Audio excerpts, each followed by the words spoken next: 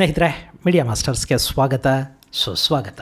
ಗೆಳೆಯರೆ, ಯುದ್ಧಗಳಲ್ಲಾಗೋ ಸಣ್ಣ ಎಡವಟ್ಟುಗಳು ಹೇಗೆ ಅದರ ದಿಕ್ಕನ್ನು ಬದಲಿಸಿಬಿಡುತ್ತವೆ, ಯಾರನ್ನು ಬೇಕಾದರೂ ಕದನ ಕಣಕ್ಕೆ ಇಳಿಸಿಬಿಡುತ್ತವೆ ಅನ್ನೋದಕ್ಕೆ ಈಗ ಮತ್ತೊಂದು ಲೇಟೆಸ್ಟ್ ಉದಾಹರಣೆ ಸಿಗ್ತಾ ಇದೆ.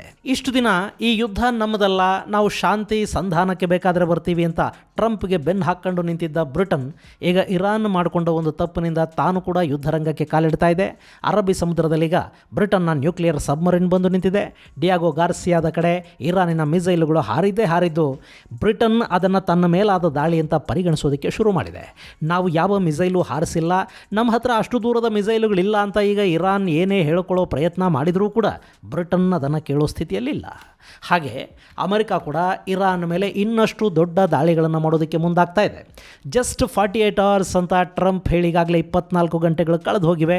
ಇನ್ನು ಇಸ್ರೇಲ್ ಇರಾನಿನ ನತಾನ್ಸ್, ಇಸ್ಫಹಾನ್, ಬುಷಹರ್ ಸೇರಿದಂತೆ ನಾನಾ ನಗರಗಳ ಮೇಲೆ ಅಲ್ಲಿನ ನ್ಯೂಕ್ಲಿಯರ್ ಫೆಸಿಲಿಟಿಗಳು, ಮಿಸೈಲ್ ಫ್ಯಾಕ್ಟರಿಗಳು, ಏರ್ಫೋರ್ಸು, ಯುದ್ಧ ವಿಮಾನಗಳು, ಹೆಲಿಕಾಪ್ಟರ್ಗಳು, ಡ್ರೋನ್ಗಳ ಮೇಲೆ ದಾಳಿಗಳನ್ನು ಮಾಡ್ತಾ ಹೋಗ್ತಾ ಇದೆ.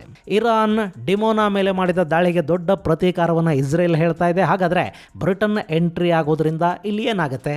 ಈ ಸಂದರ್ಭದಲ್ಲಿ ಇರಾನ್ನ ನಿರ್ಧಾರಗಳು ಹೇಗಿವೆ?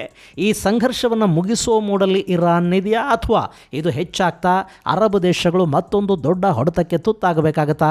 ಏನಾಗ್ತಾ ಇದೆ ಇಲ್ಲಿ ಬನ್ನಿ ನೋಡೋಣ. ಸ್ನೇಹಿತರೆ, ನೀವು ನಿಮ್ಮದೇ ಆದ ಯೂಟ್ಯೂಬ್ ಚಾನಲನ್ನು ಮಾಡಬೇಕು ಅಂತ ಅಂದ್ಕೊಂಡಿದ್ರೆ, ಅಥವಾ ಈಗಾಗಲೇ ಚಾನಲನ್ನು ಮಾಡಿ ಅದನ್ನು ಹೇಗೆ ಮುಂದುವರಿಸಬೇಕು ಅನ್ನೋದು ಗೊತ್ತಾಗದೆ ಗೊಂದಲದಲ್ಲಿದ್ದರೆ, ನಿಮಗಾಗಿನೇ ಯಥಾ ಪ್ರಕಾರ ಇದೇ ತಿಂಗಳ 27, 28, 29ನೇ ತಾರೀಕು ನಾವು ಯೂಟ್ಯೂಬ್ ತರಬೇತಿ ಕಾರ್ಯಾಗಾರವನ್ನು ನಿರ್ವಹಿಸ್ತಾ ಇದ್ದೀವಿ. ಈ 3 ದಿನಗಳಲ್ಲಿ ನಿಮಗೆ scripting, voice modulation, camera editing, YouTube optimisation, security ಜೊತೆಗೆ ಆರ್ಟಿಫಿಷಿಯಲ್ ಇಂಟೆಲಿಜೆನ್ಸನ್ನು ಬಳಸಿ ವಿಡಿಯೋ ಮತ್ತು ಇಮೇಜುಗಳನ್ನು ಕ್ರಿಯೇಟ್ ಮಾಡ್ಕೊಳ್ಳೋದು, ಯೂಟ್ಯೂಬನ್ನು ಕೂಡ AI ಬಳಸಿ ಹೇಗೆಲ್ಲ ಮಾಡಬಹುದು ಅನ್ನೋ ಬಗ್ಗೆ ಒಂದಷ್ಟು ತರಬೇತಿಯನ್ನು ಕೊಡಲಾಗುತ್ತೆ.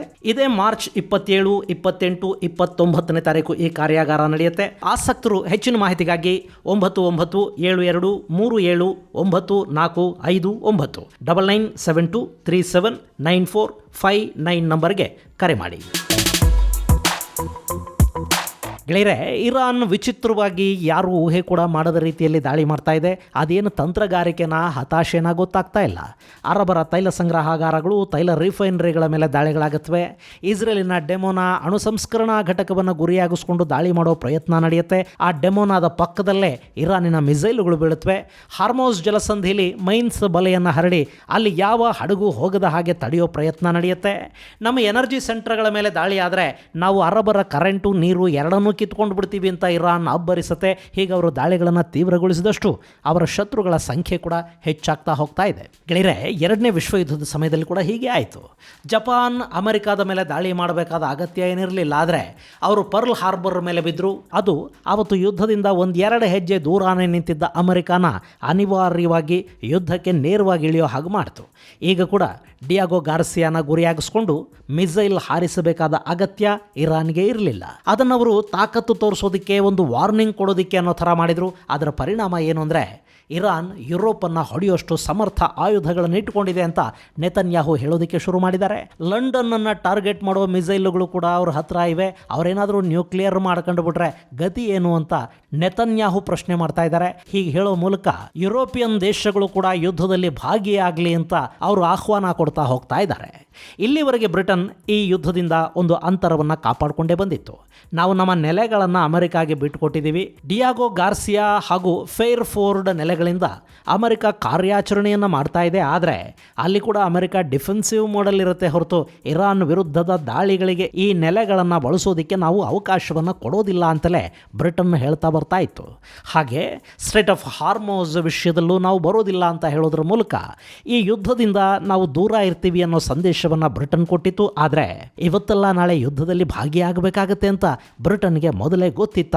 ಅವಕಾಶಕ್ಕಾಗಿ ಅವರು ಕಾಯ್ತಾ ಇದ್ರಾ?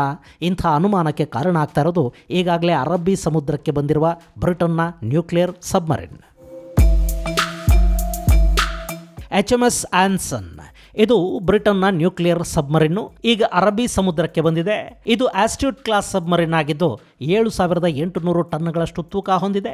97 ಮೀಟರ್ ಉದ್ದ, 11.3 ಮೀಟರ್ ಅಗಲ ಇರೋ ಈ ಜಲಾಂತರ್ಗಾಮಿ ಪ್ರತಿ ಗಂಟೆಗೆ 30 ಕಿಲೋನಾಟ್ ದೂರವನ್ನು ಕ್ರಮಿಸುತ್ತೆ.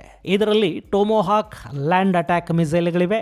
ಟೊಮೊಹಾಕ್ ಅನ್ನೋದು ಅಮೆರಿಕ ನಿರ್ಮಿತ long range all weather jet powered subsonic cruise missile. ಇದನ್ನು ಅಮೆರಿಕ, ಆಸ್ಟ್ರೇಲಿಯಾ, ನೆದರ್ಲ್ಯಾಂಡ್ಸ್ ಹಾಗೂ ಬ್ರಿಟನ್ಗಳಿಗೆ ಕೊಟ್ಟಿದೆ.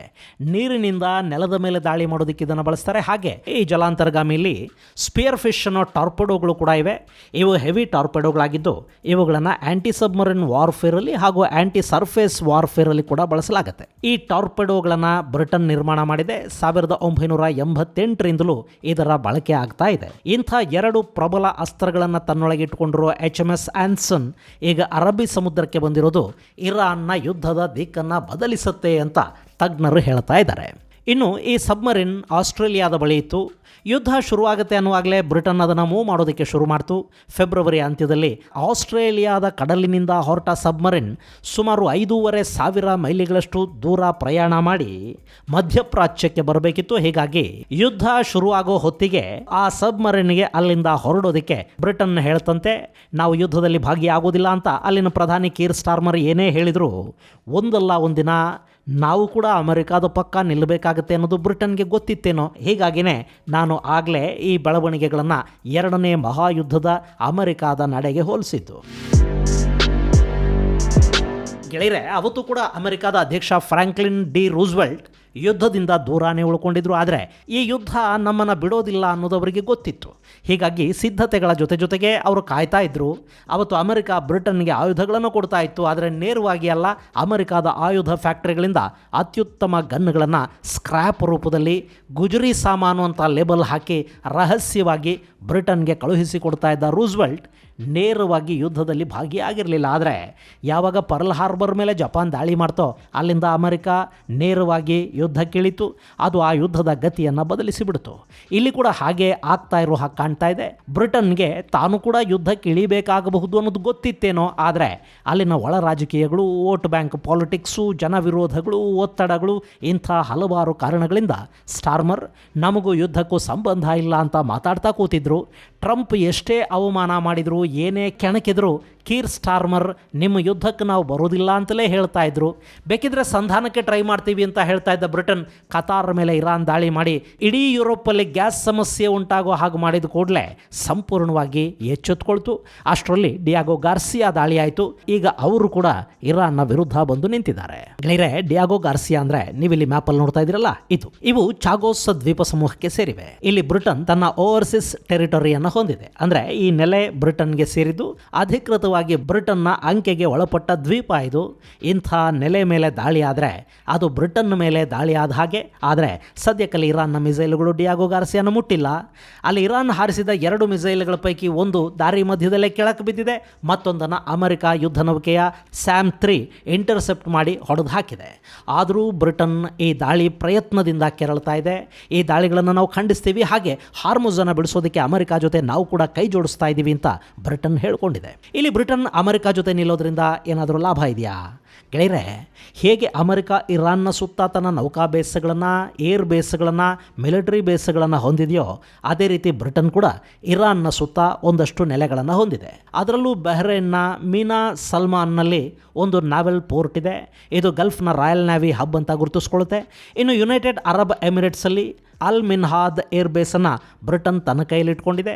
ಇಲ್ಲಿ ರಾಯಲ್ ಏರ್ ಫೋರ್ಸ್ನ ಸ್ಪೆಷಲ್ ಫೋರ್ಸ್ ಇರುತ್ತೆ. ಹಾಗೆ ಒಮನ್ನ ಡೊಕೊಮ್ಮಲ್ಲಿ ರಾಯಲ್ ನೇವಿಯ ಅತಿದೊಡ್ಡ ಲಾಜಿಸ್ಟಿಕ್ ಹಬ್ ಇದೆ. ಇನ್ನು ಕತಾರಲ್ಲಿ ರಾಯಲ್ ಏರ್ ಫೋರ್ಸ್ನ ಜಾಯಿಂಟ್ ಸ್ಕ್ವಾಡ್ರನ್ ಇದೆ ಅಂತ ಹೇಳಲಾಗುತ್ತೆ. ಇದಲ್ಲದೆ ಸೈಪ್ರಸ್ಸಲ್ಲಿ ಕೂಡ ಬ್ರಿಟನ್ ತನ್ನ ಏರ್ ಬೇಸ್ಗಳನ್ನು ಹೊಂದಿದ್ದು ಇಲ್ಲಿವರೆಗೆ ಅವುಗಳನ್ನು ಬಳಸೋದಕ್ಕೆ ಅಮೆರಿಕಾಗೆ ಅವಕಾಶವನ್ನು ಕೊಟ್ಟಿರಲಿಲ್ಲ ಅನ್ನೋದನ್ನು ನಾವಿಲ್ಲಿ ಗಮನಿಸಬೇಕು. ಹಾಗೆ ನೋಡಿದರೆ ಬ್ರಿಟನ್ ಸದ್ಯಕ್ಕೆ ಅಮೆರಿಕಾಗೆ ತನ್ನ 2 ನೆಲೆಗಳನ್ನು ಬಿಟ್ಟುಕೊಟ್ಟಿತ್ತು. ಅದರಲ್ಲೊಂದು ಡಿಯಾಗೋ ಗಾರ್ಸಿಯಾ, ಮತ್ತೊಂದು ಬ್ರಿಟನ್ನಲ್ಲಿರುವ ಫೇರ್ಫೋರ್ಡ್ ಏರ್ ಬೇಸ್. ಈ ಫೇರ್ಫೋರ್ಡಲ್ಲಿ ಅಮೆರಿಕ ತನ್ನ B-1 ಲ್ಯಾನ್ಸರ್ಗಳನ್ನು, B-52ಗಳನ್ನು ನಿಲ್ಲಿಸಿದರೆ ಡಿಯಾಗೋ ಗಾರ್ಸಿಯಾದಲ್ಲಿ B-52 ಹಾಗೂ B-2 ಬಾಂಬರ್ಗಳನ್ನು ನಿಲ್ಲಿಸಿದೆ. ಸದ್ಯಕ್ಕೆ ಈ 2 ಏರ್ ಬೇಸ್ಗಳ ಮೂಲಕ ಅಮೆರಿಕ ತನ್ನ ದಾಳಿಗಳನ್ನು ಮುಂದುವರಿಸ್ತಾ ಇದೆ. ಒಂದು ವೇಳೆ ಬ್ರಿಟನ್ ಅಧಿಕೃತವಾಗಿ ಈ ಯುದ್ಧಕ್ಕೆ ಇಳಿದಿದ್ದೇ ಆದರೆ ಇರಾನ್ನ ಸುತ್ತ ಇರುವ ತನ್ನ ಇನ್ನಿತರ ನೆಲೆಗಳನ್ನು ಕೂಡ ದಾಳಿಗೆ ಅಮೆರಿಕಾಗೆ ಬ್ರಿಟನ್ ಬಿಟ್ಟುಕೊಡುತ್ತೆ. ಜೊತೆಗೆ ಬ್ರಿಟನ್ನ ಯುದ್ಧ ವಿಮಾನಗಳು ಕೂಡ ಇರಾನ್ ವಿರುದ್ಧದ ದಾಳಿಗೆ ಮುಂದಾಗುತ್ತವೆ. ಇದು ಇರಾನ್ಗೆ ದೊಡ್ಡ ಸಮಸ್ಯೆಯನ್ನುಂಟು ಮಾಡುತ್ತೆ ಅನ್ನೋದರಲ್ಲಿ ಅನುಮಾನಗಳಿಲ್ಲ. ಅದರ ಜೊತೆ ಬ್ರಿಟನ್ ತನ್ನ ರಾಯಲ್ ನೇವಿಯನ್ನು ಕೂಡ ಕಣಕ್ಕಿಳಿಸಿದರೆ ಇರಾನ್ ಹಾರ್ಮುಜ್ ಮೇಲಿನ ಹಿಡಿತವನ್ನು ಹಾಗೆ ಮುಂದುವರಿಸುವುದು ಕಷ್ಟ ಕೂಡ ಆಗುತ್ತೆ.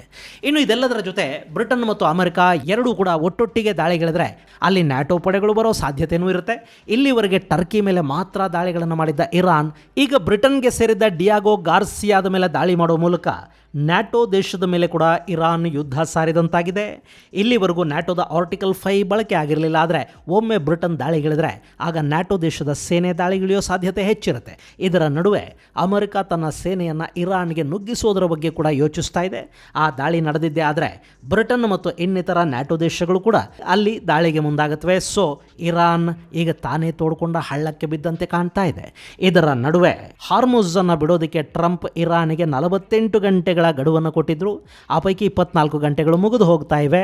ಅಷ್ಟರಲ್ಲಿ ಹಾರ್ಮುಜ್ ಅನ್ನು ಇರಾನ್ ಮುಕ್ತಗೊಳಿಸಬೇಕು. ಇಲ್ಲದೇ ಇದ್ರೆ ಇರಾನ್ನ ವಿದ್ಯುತ್ ಸರಬರಾಜು ಕೇಂದ್ರಗಳನ್ನು ಗುರಿಯಾಗಿಸ್ಕೊಂಡು ನಾವು ದಾಳಿ ಮಾಡ್ತೀವಿ ಅಂತ ಟ್ರಂಪ್ ಹೇಳಿದ್ದಾರೆ.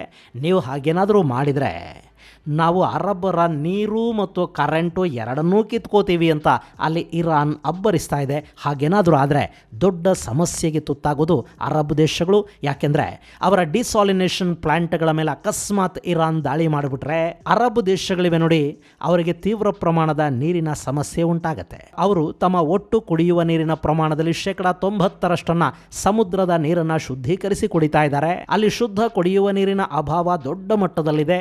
ಈಗ ಆ ಡಿಸಾಲಿನೇಷನ್ ಪ್ಲಾಂಟ್ಗಳು ನಾಶ ಆದರೆ ಕುಡಿಯೋದಕ್ಕೆ ನೀರಿಲ್ಲದ ಸ್ಥಿತಿಗೆ ಅರಬ್ ದೇಶಗಳು ತಲುಪುತ್ತವೆ. ಇದ್ದದರಲ್ಲಿ ಅಲ್ಲಿ UAE ಸ್ವಲ್ಪ ಬೆಟರ್ ಅನ್ನೋ ಕಂಡೀಷನಲ್ಲಿದೆ. ಯಾಕೆಂದರೆ ಅಲ್ಲಿ 45 ದಿನಗಳವರೆಗೆ ನೀರನ್ನು ಸಂಗ್ರಹಿಸುವ ಬೇರೆ ಬೇರೆ ವ್ಯವಸ್ಥೆಗಳಿವೆ.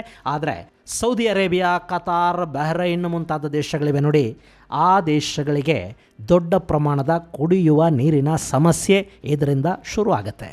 ಹೀಗಾಗಿ ಈ ಸಂಘರ್ಷ ಮುಂದುವರೆದಷ್ಟು ಅರಬ್ ದೇಶಗಳು ದೊಡ್ಡ ಮಟ್ಟದಲ್ಲಿ ಹೊಡೆತ ತಿಂತ ಹೋಗುತ್ತವೆ. ಇದು ಗೆಳೆಯರೆ ಇರಾನ್ ವಿರುದ್ಧದ ದಾಳಿಗೆ ಬ್ರಿಟನ್ ಮುಂದಾಗುತ್ತಾ ಅನ್ನೋದರ ಕುರಿತಾದ ಒಂದಷ್ಟು ಮಾಹಿತಿ.